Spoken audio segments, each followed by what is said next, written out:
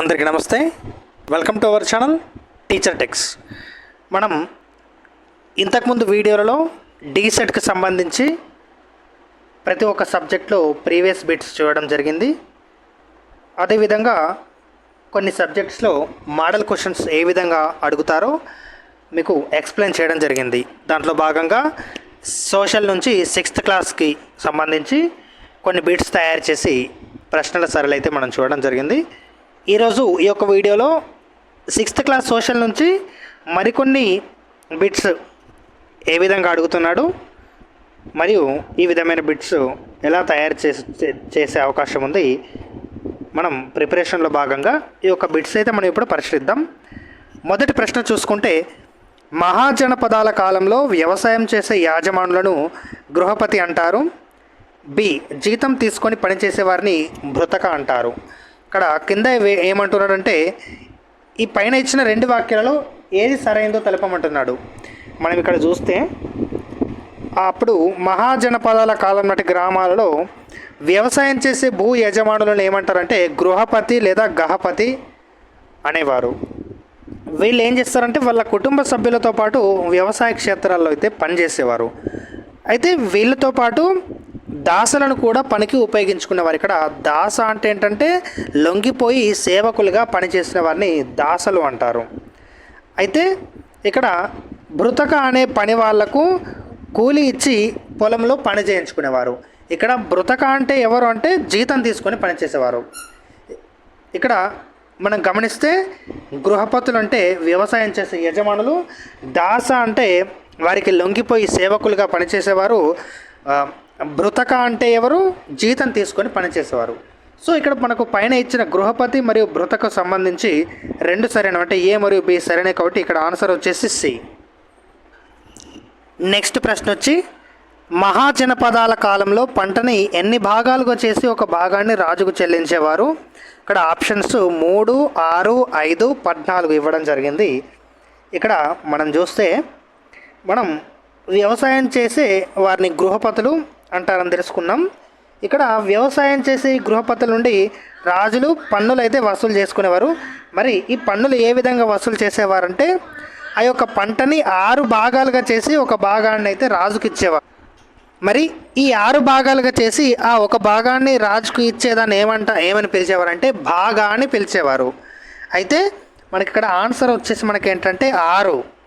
So ఇది మనకి పన్నుల వసూలు కూడా మనకి రకరకాలుగా ఉండేది. ఎట్లా అంటే మనకి వ్యవసాయం చేసేవారైతే ఈ విధంగా చెల్లించేవారు.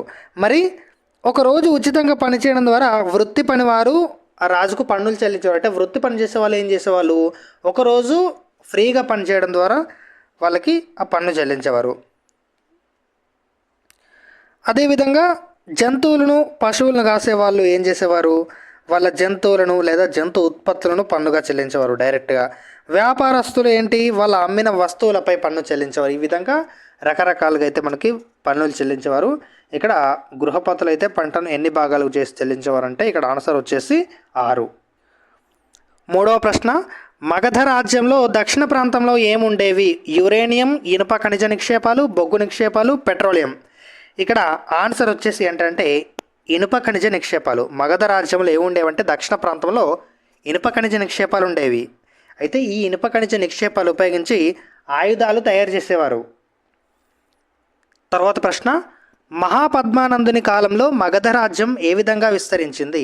ఇక్కడ ఆప్షన్స్ ఇచ్చాడు మనకు. వాయువ్యం నుండి ఒడిషా, నైరుతి నుండి ఒడిషా, దక్షిణం నుండి ఒడిషా, ఉత్తరం నుండి ఒడిషా అని అయితే ఇవ్వడం జరిగింది. ఇక్కడ మనకి చూస్తే మనకు మగధలో మొదటి రాజులు ఎవరైతే బింబిసారుడు, అతని కుమారుడు అజాతశత్రువు ఏంటంటే మగధని బలమైన రాజ్యంగా తీర్చిదిద్దడం జరిగింది.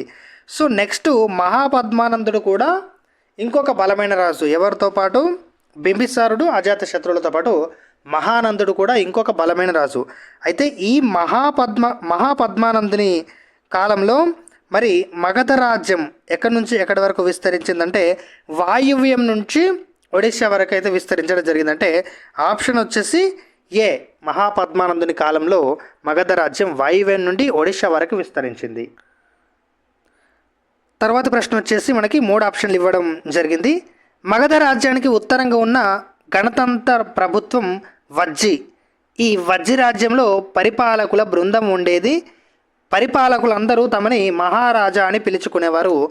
ఈ మూడిట్లలో ఏవేవి సరి అయినవి అన్నీ తప్ప ఏదాన్ని మనం చూస్తే ఇక్కడ ఏంటంటే మనకు మగధ రాజ్యానికి ఉత్తరంగా ఉన్న గణతంత్ర ప్రభుత్వం ఏంటంటే దాని పేరు వజ్జి.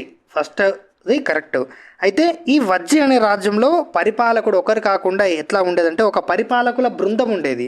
చాలా ఎక్కువ మంది పరిపాలకులు పరిపాలిస్తూ ఒక బృందంగా ఉండేవారు. అయితే ఈ బృందంగా ఉన్న వాళ్ళు ఏంటంటే ఆ ప్రతి ఒక్కరు కూడా తమను రాజా అని పిలుచుకునేవారు. యాజ్ పర్ టెక్స్ట్ బుక్ మనకి ఏంటంటే రాజా అని ఆన్సర్ ఉండడం జరిగింది.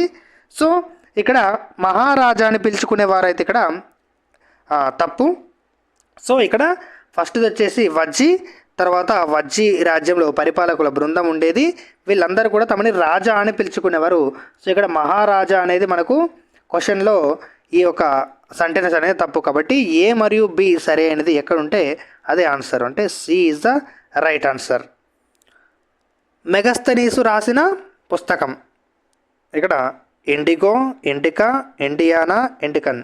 ఇక్కడ 4 ఆప్షన్స్ ఇవ్వడం జరిగింది. దీంట్లో కరెక్ట్ ఆప్షన్ వచ్చేసి ఇండికా, మెగస్తనీస్ ఇండికా.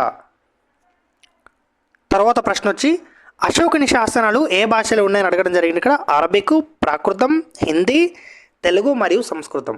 ఓకే, ఇక్కడ అశోకుని గురించి చూసినట్లయితే మనకి మౌర్యులలో ఫేమస్ పాలకుడు ఎవరంటే మనకు అశోకుడు చాలా ప్రసిద్ధి చెందినవాడు. ఇతను శాసనాల ద్వారా వర్తమానాన్ని ప్రజలకు చేరవేసిన మొట్టమొదటి రాజు. ఇక్కడ గుర్తుపెట్టుకోవాల్సిన విషయం ఏంటంటే శాసనాల ద్వారా వర్తమానాన్ని ప్రజలకు చేరవేసిన మొట్టమొదటి రాజు ఎవరంటే ఇతను అశోకుడు. సో ఇక్కడ అశోకుని శాసనాలు మనకి ఏ భాషలో ఉన్నాయంటే ఇక్కడ ఆన్సర్ వచ్చేసి ప్రాకృత భాష. ప్రాకృతం భాష. ఒకవేళ లిపి అడిగినట్టయితే బ్రాహ్మీ లిపి. అశోకుని ప్రాకృత భాష మరియు బ్రాహ్మీ లిపిలో ఉంటాయి ఇతని శాసనాలు మొత్తం కూడా. ధమ్మ అనే ప్రాకృత పదానికి సమాన అర్థం సంస్కృతంలో, అంటే ధమ్మ అనే ప్రాకృత పదానికి సమాన అర్థం సంస్కృతంలో ఏంటి అని ఇక్కడ రాయడం జరిగింది. ఇక్కడ మనకు ధమ్మ గురించి చూసుకున్నట్టయితే ఏంటంటే మనకు అశోకుడు ఏంటంటే కళింగ యుద్ధం తర్వాత, అంటే చక్రవర్తి అయిన ఒక 8 సంవత్సరాలకు కళింగను జయించడం జరిగింది. ఈ యుద్ధంలో ఏమైందంటే 50,000 మంది బందీలు అవ్వడం జరిగింది. 1,00,000కు పైగా సైనికులు చనిపోవడం జరిగింది. అయితే ఇలాంటి కళింగ యుద్ధం తర్వాత అశోకుడు చాలా దుఃఖంతో నిండిపోయి ఇక్కడ ఏమంటున్నానంటే ఒక స్వతంత్ర ప్రాంతం జయించినప్పుడు ఏమైతే 1,00,000 మంది చనిపోతారు, చాలామంది యుద్ధ ఖైదీలు బంధింపబడతారు, బ్రాహ్మణులు, సన్యాసులు, ఇట్లా చాలామంది మృత్యువాత పడతారు. ఎంతోమంది స్నేహితులు, సైనికులు, సేవకులు, ఇట్లా చాలామంది చనిపోవడం జరుగుతుంది. కాబట్టి తను అశోకుడు ఏం చేశానంటే ఈనాటి నుంచి నేను ధర్మాన్ని పాటించాలని నిర్ణయించుకున్నాను. దాని గురించి ధర్మ ప్రచారం చేస్తాను.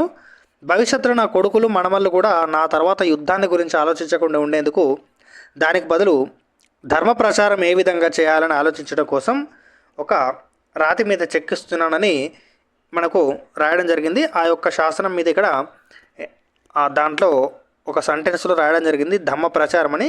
ఇక్కడ ధమ్మం అంటే ఏంటంటే ఆ ప్రాకృత పదానికి సంస్కృతంలో సమాన అర్థం ఇచ్చే పదం ఏంటంటే మనకి ఇక్కడ వచ్చేసి ధర్మం పాటించడం గురించి ఆ యొక్క శాసనంలో చెప్పడం జరిగింది. ఇక్కడ ధమ్మ అనే ప్రాకృత పదానికి సంస్కృత భాషలో మనకి ఇక్కడ మీనింగ్ అర్థం ఏంటంటే ధర్మం. ధమ్మ మహామాతృలు అనగా ఎవరంటే వ్యవసాయం చేయవారు, పాలించేవారు, పూజలు చేయవారు, ధర్మం కోసం ప్రచారం చేసేవారు. ఇక్కడ ధమ్మ మహామాతృలు అంటే ఎవరంటే అశోకుడు ఈ విధంగా ధర్మాన్ని పాటించాలనుకున్నాడు. సో దీనికోసం అతడు ఏంటంటే ధమ్మ మహామాతృలనే అధికారులను అయితే నియమించడం జరిగింది. మరి ఈ అధికారులు ఏం చేసేవారంటే రాజ్యంలోని కొన్ని ప్రాంతాలకు వెళ్ళి వివిధ ప్రాంతాలకు ప్రజలకు ధర్మ ప్రచారం చేసేవాళ్ళు. అయితే సో ఇక్కడ మనకు ధమ్మ మహామాతృలు అంటే ఎవరంటే ధర్మం కోసం ప్రచారం చేసేవాళ్ళు. వీళ్ళు చెప్పినట్టుగా రాజ్యంలో అక్కడక్కడికి వెళ్ళి కొన్ని ప్రాంతాలకు ధర్మ ప్రచారం చేసేవాళ్ళు. అశోకుడు శాసనాల రూపంలో రాళ్లపైన, స్తంభాలపైన చెక్కించాడు కదా, వాటిని చదువురాని వాటికి ఆ సందేశాలను వినిపించేవాళ్ళు. సో ఇక్కడ ధర్మం కోసం ప్రచారం చేసేవాళ్ళు ధమ్మ మహామాతృలు అనడం జరిగింది. నెక్స్ట్ క్వశ్చన్ వచ్చేసి శాతవాహన వంశస్థులకు తొలి రాజధాని ఏంటి? ఇక్కడ జగిత్యాల, ధర్మపురి, కోటిలింగాల, ఆస్మక్ అని ఇవ్వడం జరిగింది. ఇక్కడ ఆన్సర్ వచ్చేసి కోటిలింగాల. శాతవాహనులకు తొలి రాజధాని కోటిలింగాల. శాతవాహన రాజులు కాని వారిని గుర్తించమని ఇక్కడ అడగడం జరిగింది. వశిష్ఠిపుత్ర పులోమావి, శాంతమూలుడు, యజ్ఞశ్రీ శాతకర్ణి, గౌతమిపుత్ర శాతకర్ణి. దీంట్లో శాతవాహనులు వచ్చేసి ఇక్కడ మనం చూస్తే వీళ్ళందరూ పులోమావి కావచ్చు, యజ్ఞశ్రీ శాతకర్ణి, గౌతమిపుత్ర శాతకర్ణి వచ్చేసి శాతవాహన రాజులు. మిగతా బి ఆప్షన్ వచ్చేసి శాంతమూలుడు అనేవారైతే మనకు ఎవరంటే ఇక్ష్వాకులకు సంబంధించిన వాడు. ఈ ఇక్ష్వాకులలో ముఖ్యమైన రాజులలో శాంతమూలుడు, వీరపురుషదత్తుడు ఉంటాడు. సో ఇక్కడ శాంతమూలుడు వచ్చేసి ఇక్ష్వాకు వంశంకి చెందినవారు. వీళ్ళు రాముని వంశం వారని అనుకునేవారు. సో ఇక్కడ శాంతమూలుడు వచ్చేసి మనకు ఇక్ష్వాకు, కాబట్టి ఇక్కడ కానివారంటే ఆప్షన్ బి. మెహ్రూలి ఇనుప స్తంభాన్ని మొదటి చంద్రగుప్తుడు ఏర్పాటు చేశాడు. గాలిలో ఉన్న తుప్పు పట్టలేకపోవడం దీని ప్రత్యేకత. ఇక్కడ ఈ మెహ్రౌలి ఇనుప స్తంభం అనేది ఎక్కడ ఉందంటే ఢిల్లీలో కుతుబ్ మినార్ ప్రాంగణంలో ఉంది. దీన్ని ఏర్పాటు చేసింది ఎవరంటే రెండవ చంద్రగుప్తుడు. ఇక్కడ మనకు ఆన్సర్లో మన క్వశ్చన్లో మొదటి చంద్రగుప్తుడు అని ఇవ్వడం జరిగింది. ఇది రాంగ్. మనకు ఆన్సర్ వచ్చేసి రెండవ చంద్రగుప్తుడు ఏర్పాటు చేయడం జరిగింది. అది మెహ్రౌలి ఇనుప స్తంభం. అయితే ఇది గత 1500 సంవత్సరాలుగా బయట గాల్లో ఉన్నా కూడా అది తుప్పు పట్టలేకపోవడం అనేది అత్యంత ప్రాముఖ్యతనైతే సంతరించుకోవడం జరిగింది. సో ఇక్కడ మనకి ఫస్ట్ది అయితే రాంగ్, ఎందుకంటే రెండవ చంద్రగుప్తుడు, రెండవది తుప్పు పట్టలేకపోవడం అనేది దీని ప్రత్యేకత. సో 2 మాత్రమే సరైనది, కాబట్టి ఆన్సర్ వచ్చేసి సి. ఓకే, ఈ విధంగా సోషల్ నుంచి కొన్ని ప్రశ్నలు అయితే అడగడం జరుగుతుంది. మరిన్ని ప్రశ్నల్ని నెక్స్ట్ వీడియోలో అయితే గమనిద్దాం.